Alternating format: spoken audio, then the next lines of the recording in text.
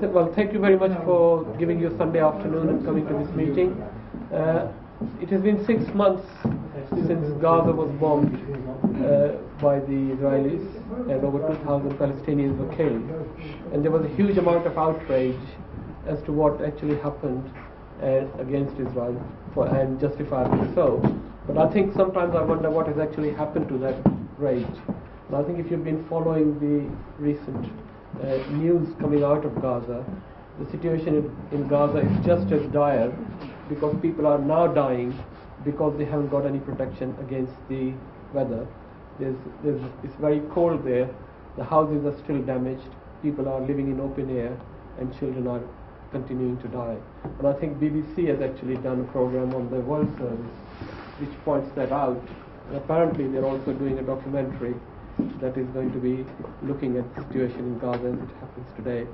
There were reports on that World program from people in Gaza who were saying that everybody's forgotten about us, particularly the international community. So much was promised in terms of aid, nothing is actually landed there. Even there was a representative from the United Nations Refugee Organization, and he was saying not a penny has been received in their accounts. Money that was promised by the Arab countries, by various European countries, and by the US, nothing has actually changed the situation.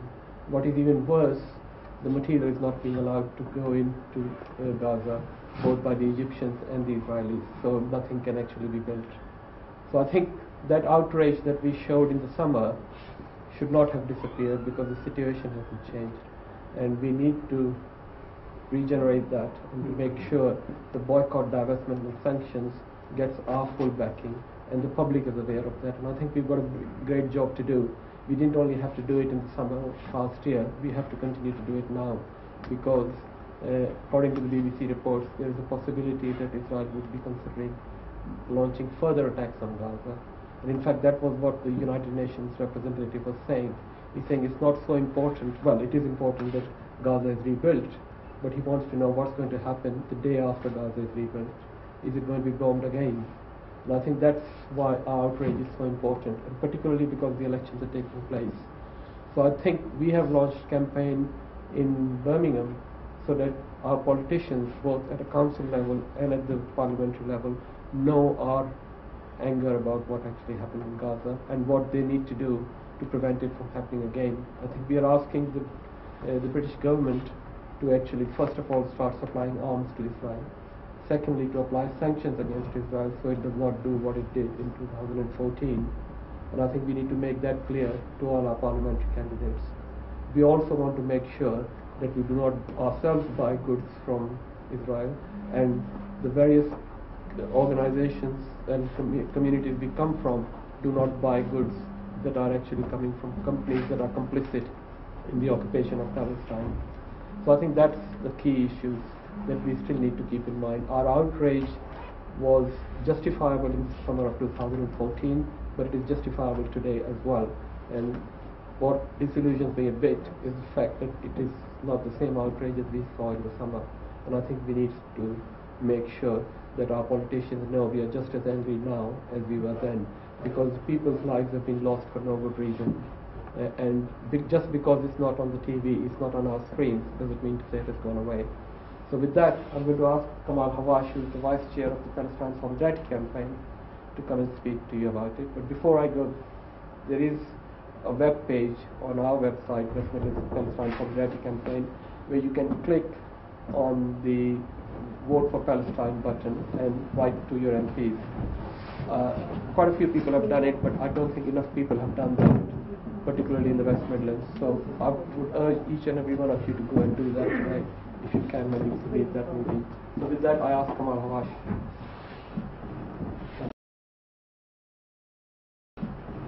Thank you, Naeem. Good afternoon, everyone. Thank you very much indeed for coming on a typically sunny Birmingham afternoon. Very well. Maybe I can just start with Gaza, because one of the things that I think is worth mentioning is, yes, money has been pledged, plenty of money, but why is it that nothing has changed? And the answer is politics. So it isn't for lack of money, it is the fact that the Israelis the Palestinian Authority, Hamas, Egypt, all the donors can't agree on a way to ensure that the reconstruction happens, and that the Israelis want that to be conditional on the disarmament of Gaza. Okay, that's a really key point. There's a lot of linkage between disarmament and the lifting of the siege. There's also the internal Palestinian politics with the division between Hamas and Fatah, which seems to be almost exactly where it was when it started. There is no prospect at the moment of that ending, which for us as Palestinians is terrible. The last few weeks have seen young babies die from hypothermia. One of them I watched on the television, the mother of one of these few days old baby, say that what happened was they were sleeping out in tents, water seeped in, and basically overnight the baby froze. It was just like freezing somewhere. That's how that baby died. It was water seeped into the tent. They said they were all sleeping in wet things because they couldn't do anything, but they didn't realize that baby had actually frozen to death almost in a block of ice. Horrible. This is a blight on humanity as a whole. The Rafah crossing is closed, and yesterday an Egyptian court has actually declared Hamas as a complete organization, as a terrorist organization, which is absolutely unbelievable when Palestinians live under occupation and they have every right to resist the occupation. You may disagree with the methods that some of the groups use, but rather than call for calling the IDF as a terrorist organization, they've decided that it is the Palestinian Hamas group that is, and I'm sure they'll begin to extend it to others. So the Oxfam, just to add to the information, has calculated that at the rate of entry of materials into Gaza at the moment, it's going to take a century, a whole 100 years, to rebuild Gaza.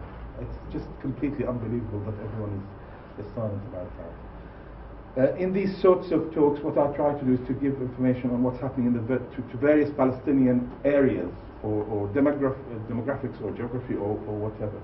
So that's the situation in Gaza, completely sealed off.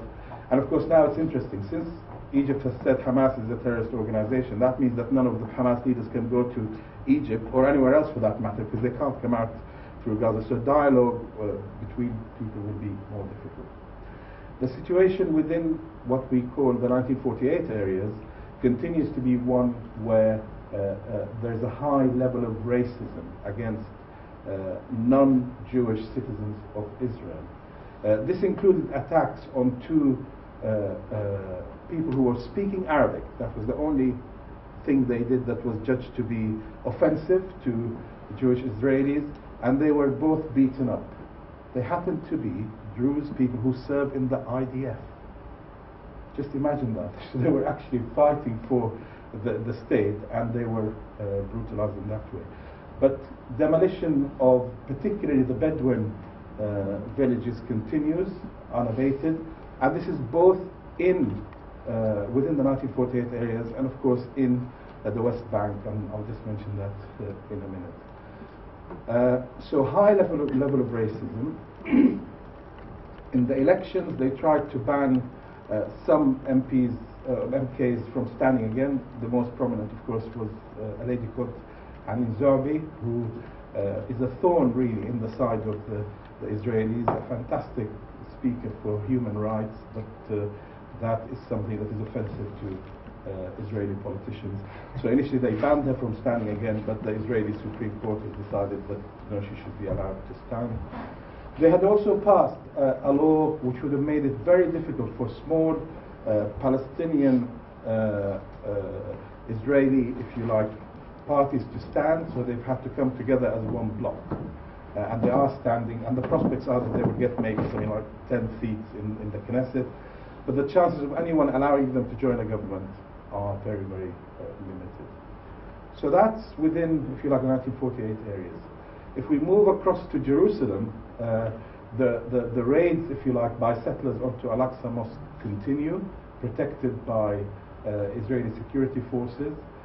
House demolitions continue unabated in Jerusalem, and it's difficult sometimes to really understand what that looks like. But I remember when I used to go to Jerusalem as a young child in the early 70s, that in East Jerusalem there was not a single non-Palestinian home. You didn't see many Israeli Jews. I don't have a problem with Israeli Jews, but in that area. Whereas now when you go, it's completely shifted the other way, and what you see most of the time are Israeli Jews in what are Palestinian areas, and the settlements have been planted specifically into all of these areas to make it impossible for Palestinians to feel that they have a community. They are divided, and they have no opportunity to grow. So I know from family members who live in Jerusalem that as children grow up, and particularly boys, and they become men and they marry, they're finding it impossible to remain in Jerusalem. And I say impossible because there's nowhere to live. So they then have to move out into Ramallah or other areas, and as they do that, they lose their Jerusalem ID card, which means basically they have no right then to go back to Jerusalem. The Israelis use the system of taxation to make it also very expensive for people to trade in the old city, because what they really want is for Palestinian businesses to close and for Jewish Israelis to take over, so the city can then change in nature into a Jewish city rather than the Palestinian Arab and Muslim and Christian city that it is. So that's what's happening in Jerusalem. And then if you move across into the West Bank, of course settlement activity continues. If you haven't been, again, sometimes it's difficult to really appreciate what this looks like even from a map. But really imagine everywhere you look up from a Palestinian area you see settlements. And these are racist colonies because the only Jews can live in them. Where else in the world would that be acceptable at a time when we're all talking about equality and respecting each other, that a state is allowed to build homes for one type of person? Absolutely disgraceful. Up to last weekend, the Palestinians who had built the first new town called Rawabi, the Israelis initially refused to connect it with a road, then a road was allowed, then they refused to connect it with water, but a couple of days ago they were celebrating, the Israelis, how nice they were to allow water to be connected. This is stolen Palestinian water that they won't allow to go back to this city. So now apparently it's being connected. It's going to be a sort of middle class kind of new city that is allowed. And the reason they didn't want to connect the water was because they wanted the Palestinians to agree to water going to the settlements as part of the agreement to allow water to go to Rawabi. The other thing that people talk about very regularly now is the level of violence from terrorist settlers. And they are terrorists. First of all, they're illegal, they shouldn't be there. Particularly in Hebron, the situation is completely intolerable. I know there are one or two people who've been and seen it for themselves, but it's got worse. The center of Hebron, imagine the center of Birmingham, basically depopulated. All the businesses closed. And then that you have a small number of terrorists who are protected by the terrorist IDF. That's what you have. So there is no sort of, they're not, the IDF isn't there to enforce the law, whatever that is. It is actually to allow the settlers to continue to make the life of Palestinians intolerable. They move out and they bring more settlers in. That's really what it's about. And it extends beyond Hebron. That's an area where the Israelis want to have more and more control, to populate it more with Israeli Jews.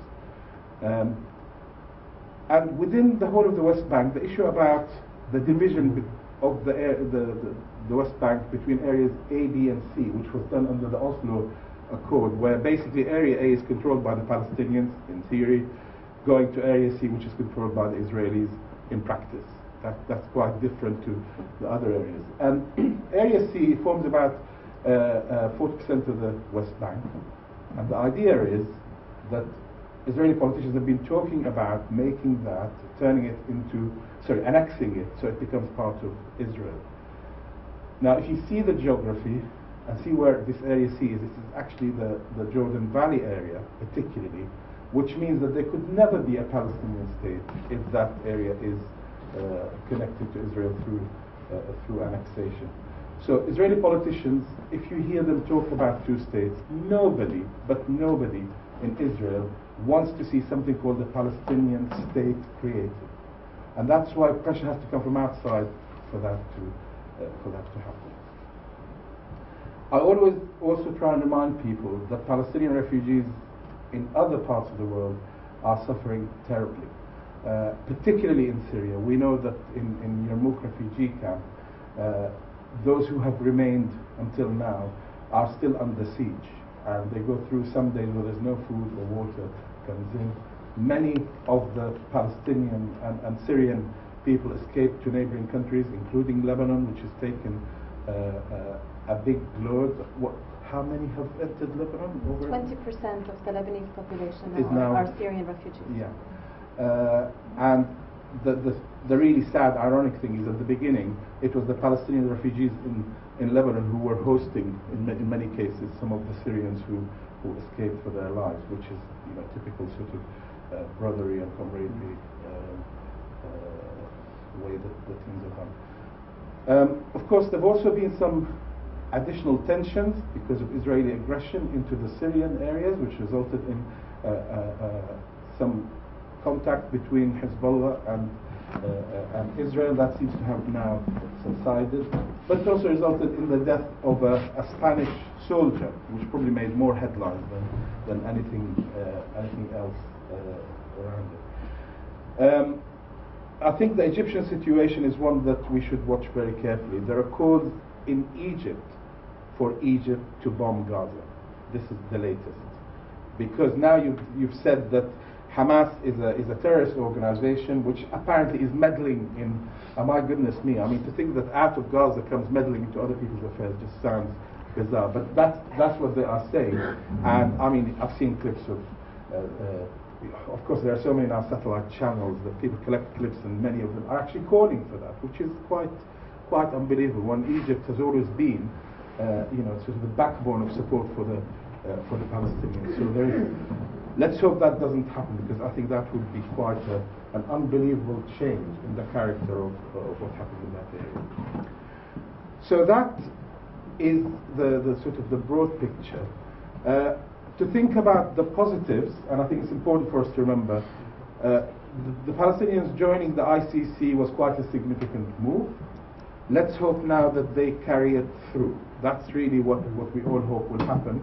There's no doubt that Israeli politicians, leaders, military leaders as well, are worried about it, even though they sort of dismiss it. But I think when the call comes for the first few to be tried, that will really make them think again. But the only other thing we are able to do in this country, or two things. First of all, of course, and responding to Naeem's, is to contact our MPs and prospective candidates and say, what is your position on Palestine?